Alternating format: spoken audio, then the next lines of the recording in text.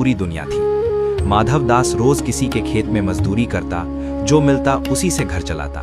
पर चाहे कितना भी कष्ट हो, वो महीने में एक बार पैदल चलकर जगन्नाथ धाम अवश्य जाता।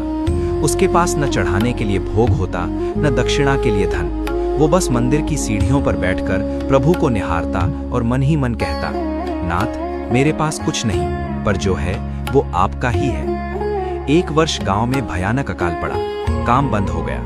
माधव दास के घर में कई दिनों से चूल्हा नहीं जला था। उसी समय उसे सूचना मिली कि उसकी पत्नी की बीमारी बढ़ गई है और दवा के लिए तुरंत धन चाहिए।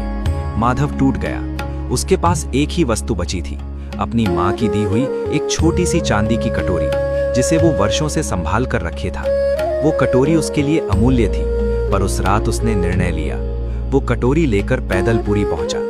मंदिर में उस दिन भीड़ थी, 56 भोग सजे थे, दान पात्र भरे जा रहे थे।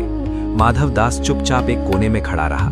उसे संकोच हो रहा था, इतनी छोटी वस्तु क्या प्रभु को दी जाए। फिर उसने आंखें बंद की और मन ही मन कहा, नाथ, ये उधार समझ लेना, आज मेरी मजबूरी है, जब सक्षम होऊंगा तो लौटा दूंगा। इतना कहकर उसने वो चांदी की कटोरी मंदिर के कोने में रख दी और बिना किसी को बताए लौट गया। समय बीतता गया।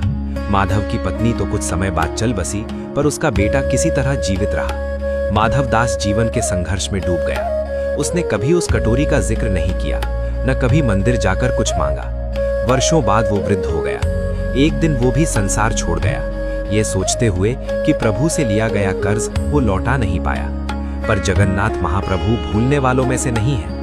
माधव दास की मृत्यु के कई वर्षों बाद उसका बेटा हरिदास भी अत्यंत गरीब अवस्था में जीवन बिता रहा था। एक रात उसे स्वप्न आया। स्वप्न में उसने देखा कि स्वयं जगन्नाथ महाप्रभु उसके सामने खड़े हैं और कह रहे हैं, हरिदास, तेरे पिता ने मुझसे जो उधार लिया था, आज उसे चुकाने का समय आ गया है। अगले दिन हरिदास को अचानक मंदिर से बुलावा आया। सेवायतों ने बताया कि मंदिर की पुरानी वस्तुओं में एक चांदी की कटोरी मिली है, जिस पर माधव दास का नाम अंकित है, और स्वप्न में प्रभु ने आदेश दिया है कि इसे उसके वंशज को सौंपा जाए, साथ में वो धन भी जो वर्षों से मंदिर की सेवा से जुड़ चुका है।